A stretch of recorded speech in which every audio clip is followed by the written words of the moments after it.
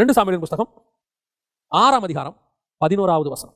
கர்த்தருடைய பெட்டி கித்தியனாகிய ஓபேத் ஏதோம் வீட்டிலே 3 மாதம் இருக்கையில் கர்த்தர் ஓபேத் ஏதோமையும் அவன் வீட்டார் அனைவரையும் ஆசீர்வதித்தார். 7 மாசம் அவங்கிட்ட இருந்துச்சு வாத கலங்க பண்ணிருச்சு புறஜாதியார். 20 வருஷம் இஸ்ரவேல்ட்ட இருக்குது, தேவ ஜனங்கிட்ட தான் இருக்குது, ஒரு பிரயோஜனம் இல்லை.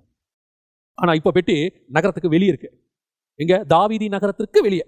இது வந்து புறஜாதியாருக்கு அடையாளம்னு வச்சுக்கோங்களேன். ஏன்னா இயேசு புறம்பே அடிக்கப்பட்டார், எருசலேமுக்கு புறம்பே. இங்க வசனம் சொல்றது தாவீது பெட்டியை நகரத்திற்கு கொண்டு வருவதற்கு பயந்தானாமா.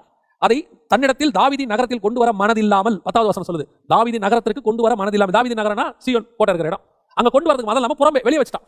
எதுக்கு அது வெளியே இருக்கட்டும், என்ன நடக்குதுன்னு பார்ப்போம். 20 வருஷம் கிரியாத்தாளம் வீட்டில் இருக்கும்போது ஒன்றும் நடக்கலையா, சும்மாவே இருந்துச்சு. ஆனா எடுத்துட்டு வரும்போது பிரச்சனை வந்துருச்சியா? ஏன் பெட்டியை கொண்டு வரக்கூடிய ப்ரொசீஜர் அவன் கொண்டு வரல? 20 வருஷம் ஒருத்தன் பாதுகாத்துருக்கான். ஆனா அவன் தான் கொண்டு வரான். திருப்பி கொண்டு வரும்போது பெட்டியை வந்து மாட்டு வண்டியில் வச்சு எடுத்துட்டு வந்தான். ஆண்டவர் அடிச்சுட்டாரு, அது முடிச்சுக்காது. இப்போ ஒருத்தன் வீட்டில் புறஜாதியார்கிட்ட கொடுத்தாச்சு. இது இப்போ நமக்கான அடையாளம்.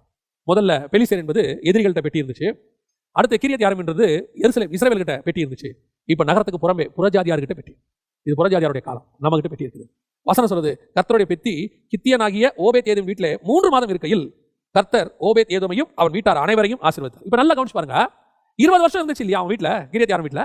அங்க இருக்கும்போது பாருங்க, அதுக்கு ஒரு ஆசாரியன் இருக்கிறான். ப்ரொசீஜரா அதை வச்சுக்கிறாங்க. மேட்டின் மேல பெட்டியை கொண்டு போய் ஒரு இடத்துல வச்சு, ஒரு ஆசாரிப்பு கூடாரத்தினுடைய மாடல் மாதிரியே வச்சு ஒரு ஆசாரியனை வச்சு எல்லாம் செய்றாங்க. இங்க பாருங்க, ஆசாரியன் கிடையாது, யாரும் கிடையாது, பெட்டி புறஜாதியார் வாசம் இருக்கிறது. ஆனா பெட்டி இருக்குது. வசனம் சொல்லுது கர்த்தர் என்ன செஞ்சாரா, அந்த வீட்டை ஆசீர்வதித்தார். இவ்வளவு பெரிய பிரச்சனை நடந்த உடனே ராஜாவுக்கு பயம். இது எப்படி உள்ள கொண்டாடுறது? 2 பேர் செத்து போயிட்டான், அடிச்சிட்டார் ஆண்டவர், இது எப்படி உள்ள கொண்டாடுறது? அவ்வளோ ஒரு டென்ஷனான டைம். அந்த நேரத்தில் ஒருத்தன் அந்த பெட்டியை சொல்றான், எங்கிட்ட கொடுத்துருங்க, அந்த பெட்டி என் வீட்டில் இருக்கட்டும். ஆசாரியனையும் அடிச்சுட்டாரா? சொந்த ஜனங்களாக இஸ்ரவேலருக்கு இந்த நிலைமைடா. அவங்களே அவரை ஏற்றுக்கொள்ள புறஜாதியார் ஒப்படைச்சிட்டாங்கடா. இயேசு புறஜாதியார் ஒப்படைச்சிட்டாங்க. இஸ்ரவேலே தீக்கிரை ஆயிடுச்சுடா. அவங்களாலே அவரை வச்சுக்க முடியல. அவசரம் பெட்டியோடைய மகத்துவம் தெரியாதவன், பெட்டி வேணும் தான் நினைக்கிறான் வெளியே, பெட்டியோடைய மகத்துவத்தை தெரியாதவன்.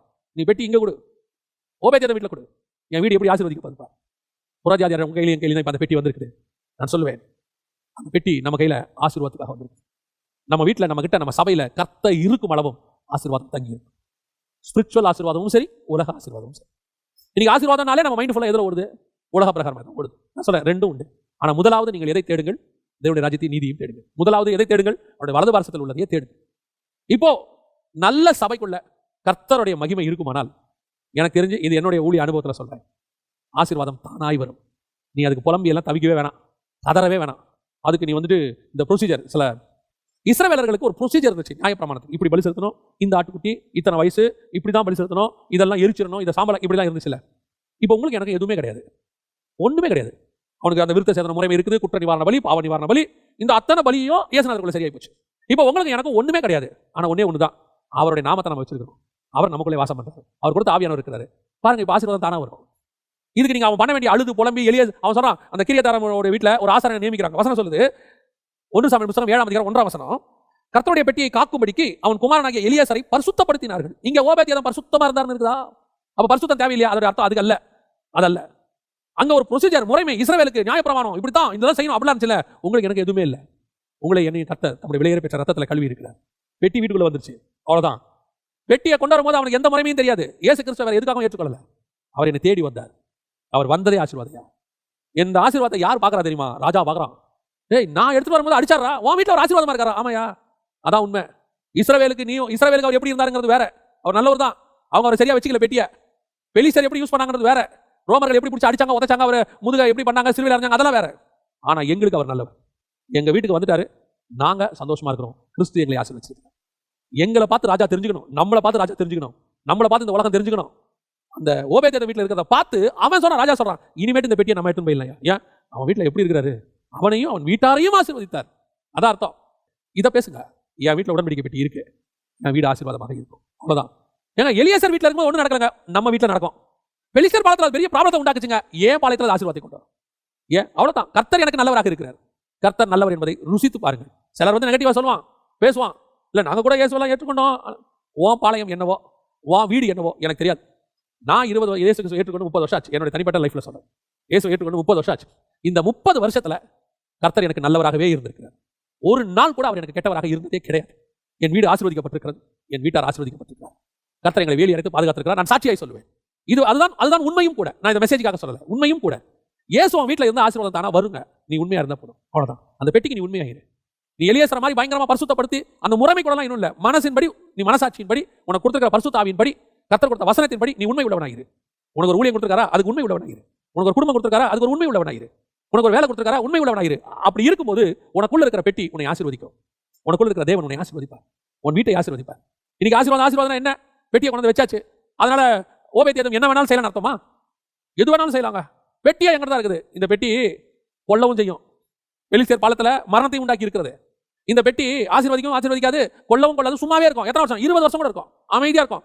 நிறைய பேர் கிறிஸ்தவங்க பேர்ல சும்மாவே இருக்கான். அவன் சொல்றான், எனக்கு என்ன ஆசீர்வாதமே இல்லைங்க, நாங்களும் சர்ச்சுக்கு தான் போறோம் வரோம், ஆனா ஒன்றும் பெரிய அப்படி ஒரு பெரிய மாற்றம் எனக்கு இல்லவே இல்லை. நீ பெட்டியை வச்சுட்டு புலம்பிட்டு இருக்க. ஏன்னா கிரேத்தியாரம் வீட்டில் அப்படிதான் செஞ்சுட்டு இருந்தாங்க. 20 வருஷம் பெட்டியை வச்சுக்கிட்டு புலம்பிட்டே இருந்தான். கர்த்தரை எனக்கு புலம்பி கொண்டு இருந்தார்கள். நாங்கள் புலம்பல, பெட்டி எங்ககிட்ட இருக்கு, எங்களுக்கு தெரியும் கர்த்தரை எங்களை ஆசீர்வதிச்சிருக்காரு, எங்க ஊழியம் ஆசீர்வாதமா இருக்கு, எங்களுக்கு தேவையே இல்லை, புலம்ப வேண்டிய அவசியமே இல்லை. பஞ்ச காலத்திலும் கர்த்தர் காக்காவுக்கு கட்டளையிடுவார். பஞ்சம் இன்னும் கொடிதானா ஒரு விதை வீட்டை கொடுத்துருவார். காக்காவே பறக்க முடியாத வனாந்திரம், விதை வீடே இல்லாத வனாந்திரனா தூதனே சாப்பாடு கொண்டு வந்துருவான். அவ்வளவுதான். ஏன் பெட்டி எங்ககிட்ட இருக்கியா, கர்த்தர் எங்களை ஆசீர்வதிப்பார். எங்க வனாந்திரத்தில் போறீங்களா, அன்னைக்கு நைட்டே கிளம்பிட்டீங்களா, மாவு பேசி எடுத்துட்டு போறீங்க, இது எத்தனை நாளைக்கு வரும்? ஒரு 15 நாளைக்கு வரும். எத்தனை வருஷம் சுத்த போறீங்க? 40 வருஷம் சுத்த போறோம். 15 நாளைக்கு தானே சாப்பாடு இருக்குது, அடுத்த 40 வருஷத்துக்கு பரலோகத்துல சாப்பாடு வரும். இத்தனை பேருக்கு 5 லட்சம் புருஷன் இருக்கு, 6 லட்சம் புருஷன் இருக்கீங்க, இவங்களுக்கு தண்ணி என்ன பண்ணுவீங்க? தண்ணியை நீங்க ஊத்து போட்டு எடுப்பீங்க. தண்ணி வச்சிருக்கிற ஊத்து எங்க கூடவே வரும், கண்மலை கூடவே வரும். அதுவும் எப்படி? மலையிலிருந்து வரக்கூடிய பெஸ்ட் தண்ணி. இப்ப கூட சொல்றாங்க பாருங்க, மலையிலிருந்து வரக்கூடிய ஊத்து அப்படியே சில்லுன்னு பெஸ்டா இருக்கும். யோசிச்சு பாருங்க, வனாந்திரத்துல கண்மலையிலிருந்து தண்ணி வந்தா எப்படி இருக்கும்? கண்மலையிலிருந்து வர தண்ணி சில்லுன்னு இருக்கும். ஐஸ் வாட்டர் கொடுத்துருக்காரு, நல்ல சில்லுன்னு தண்ணி, நல்ல சாப்பாடு. பகல் ஃபுல்லா மேக ஸ்தம்பம், அப்படியே ஏர் கண்டிஷன் மாதிரி இருக்கும் சில்லுன்னு. நைட்ல பாத்தீங்கன்னா ஹீட்டர், அக்னி ஸ்தம்பம். புறப்படுன்னு சொல்லி புறப்பட்டோம், அவ்வளவுதான். இத்தனை ஃபெசிலிட்டிஸும் பரலோகம் எங்களுக்கு செஞ்சு வச்சிருக்கு. இது ஒரே ஒரு விஷயம், எங்களுக்கு முன்னாடி போறவர் அப்படிப்பட்டவர், நமக்கு முன்னாடி போறவர் அப்படிப்பட்டவர். நம்ம வீட்டில் அவர் இருந்துட்டாருன்னா போதும், அந்த பெட்டி இருந்துட்டா போதும், ஆசீர்வாதம் தானா வரும். ஒரே ஒரு காரணம் நான் சொல்லி முடிக்கிறேன். யோசேப்பை கொண்டு போய் சிறைச்சாலையில் வச்சாச்சு. எனக்கு ரொம்ப பிடிச்ச சம்பவம்.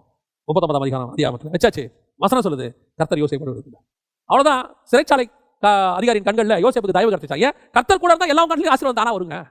ஏன்? கர்த்தர் கூட இருந்தா அந்த மகிமைக்கு அப்படி ஒன்று இருக்குங்க. நீ கர்த்தர் கூட வச்சுட்டு ஏன் புலம்பிட்டு இருக்கிற?